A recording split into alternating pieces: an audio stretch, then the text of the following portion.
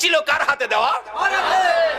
যদি মার হাতে দিয়ে মাকে খুশি করতে পারো, বাবাকে খুশি করতে পারো, রাসূল হাদিস শরীফে ওয়াজ করেছেন বিররুল ওয়ালিদাইনি আফদালু মিনাস সালাত ওয়াস সাদাকাত ওয়াস সাওমি ওয়াল হজ্জি ওয়াল উমরাতি ওয়াল জিহাদি ফি সাবিলিল্লাহ। রাসূল বলছে একটা লোক নামাজ পড়ে, সদকা করে, রোজা রেখে, হজ করে, উমরা করে, আল্লাহর রাস্তায় জিহাদ করে যেই নেকি লইয়া বাড়ি যাইতেছে, আরেকটা লোক মা বাবার খুশির উদ্দেশ্যে বাড়িতে যাওয়ার আগে, বাসায় যাওয়ার আগে, রাত্র 10টা বাজে বাসায় যাওয়ার আগে ভাবতেছে মাল লেগে কিনিমু, পকেটে হাত দিয়া দেখে মাত্র 20টা টাকা, কিনিমু মাল লাগিয়া।